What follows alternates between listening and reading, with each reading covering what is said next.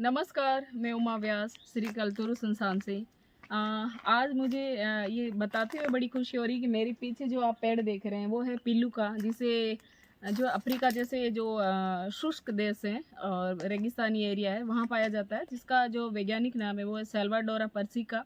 और ये जहाँ मैं हूँ वो राजस्थान और मध्य प्रदेश का जो सीमावर्ती क्षेत्र है, दोनों के बॉर्डर जहाँ मिलते हैं वहाँ पे नदी है काली सिंध, उसके तट के पास यहाँ पे जो देवनारायण जो गुजर समाज के प्रमुख देवता है उनका मंदिर है। और वहाँ पे ये जो पिल्लू के पेड़ है, हमें कई यहाँ पे 5 या 7 जो काफ़ी पुराने होंगे, शायद 500-700 साल पुराने, वो दिख रहे हैं। और क्योंकि ये यहाँ की स्थानीय प्रजाति थी और लेकिन हमें कहीं भी बाकी जगह नहीं देखने को मिली। शायद इसका रीज़न ये भी है कि हम विकास के नाम पे जितना भी पर्यावरण को डैमेज कर रहे हैं, वन क्षेत्र को हम डिस्टर्ब करते हुए सिर्फ विकास की ओर ही देख रहे हैं। और जो एक संतुलन वाला रास्ता जो है मध्य का, कि विकास और पर्यावरण साथ साथ चलने चाहिए, विकास बनाम पर्यावरणवाद की जो संकल्पना है उसमें हमने सिर्फ विकास को चुना है, ना कि पर्यावरण को।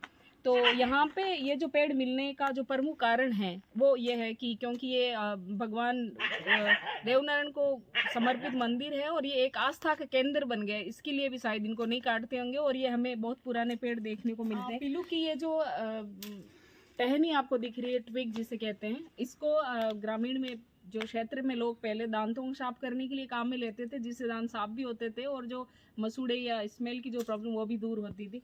तो इसलिए इसको टूथब्रश ट्री भी कहते हैं। देखिए, और इसके जो फल आते हैं वो काफ़ी रेड और ब्लैक से थोड़े आते हैं, इसलिए इसको मारवाड़ का जो है ग्रेप्स अंगूर भी कहते हैं। तो कितना प्यारा पेड़ है।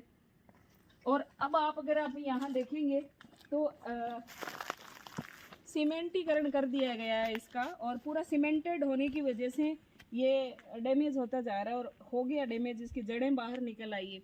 अगर हम इसको पक्का नहीं करते, इसको मिट्टी और जो जिस तरह से पोषक तत्व इसको मिलने चाहिए थे नेचुरली वो मिलता, तो शायद ये अभी बहुत अच्छी अवस्था में होता। अब ये ज़्यादा दिन हो सकता है नहीं रहे, क्योंकि काफ़ी ज़्यादा डैमेज हो गया है। तो जो भी यहाँ पे संरक्षक हैं जो देख रहे हैं इस क्षेत्र को, उनसे भी हमारा अनुरोध है कि इस तरह से इसको सीमेंटेड ना करें चबूतरे को, और ये जिस तरह से ये नीचे टहनियाँ घुस जाए। अब हम ये देख रहे हैं कि इसमें शरीर रोपे हुए हैं, तो ये वैसे ही होता है जैसे हम अपने शरीर को छलनी कर दें छर्रे से, इसी तरह ये है, ये डैमेज करता है पेड़ों को। अगर आप अब देखें तो ये लगभग हॉरिजेंटल हो चुका है, गिर चुका है और पूरा बाहर आ चुका है। इसका रीज़न ये है कि इसको प्रॉपर सपोर्ट नहीं मिल रहा है। अगर इसको सपोर्ट देके खड़ा किया जाए, ताकि ये जो पुराने जो पेड़ हैं वो, जो हम अगर भगवान का यहाँ क्षेत्र मान रहे तो ये भगवान से कम भी नहीं है, और इनका संरक्षण हम करें। और पीछे पूरा क्षेत्र आप देखेंगे तो एकदम हरा भरा है, लेकिन ज़्यादातर क्योंकि इसमें बबूल है ये क्षेत्र है, लेकिन इस तरह के प्राचीन पेड़, और इधर हमें ये येलो फूलों वाला टिकोमा दिख रहा है जो कहीं भी, हालांकि एक विदेशी प्रजाति है ये। अगर हम बात करें, क्योंकि ये नेचुरली इसको सीमेंटेड नहीं किया गया है, तो देखिए कितना स्वस्थ और कितना अच्छा ये पेड़ है। और इनको देख के तो बुजुर्गों की याद आती है, क्योंकि अपने आप में बुजुर्गों जैसे ही नज़र आ रहे हैं, जो अपनी छाया और अपने आंचल में हमें समेटे हुए हैं।